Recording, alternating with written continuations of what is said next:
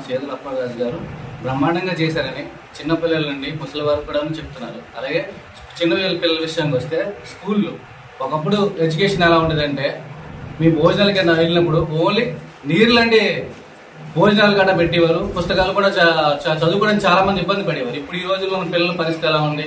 చదువుకోవడానికి పుస్తకాలు ఇస్తున్నారు, ల్యాప్టాప్లు ఇస్తున్నారు, స్కూల్ మార్చారు, టేబుల్స్ ఇచ్చారు, అన్నీ జరిగాయి.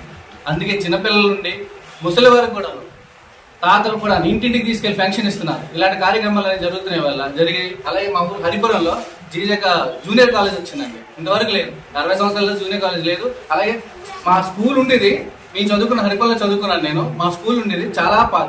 అది ఆయన వచ్చాక కొత్త స్కూల్ కట్టించారు. ఇప్పుడు కాలేజ్ వచ్చింది, పెద్ద డబుల్ రోడ్ అయింది, అన్ని వీధులు కొత్త రోడ్లు వేశారు. అన్ని కార్యక్రమాల్లో బాగానే ఉన్నాయండి. అప్పటి పక్కా గెలుస్తారు, అది పక్కా అండి. ఇంకా చెప్పడానికి ఏం లేదు.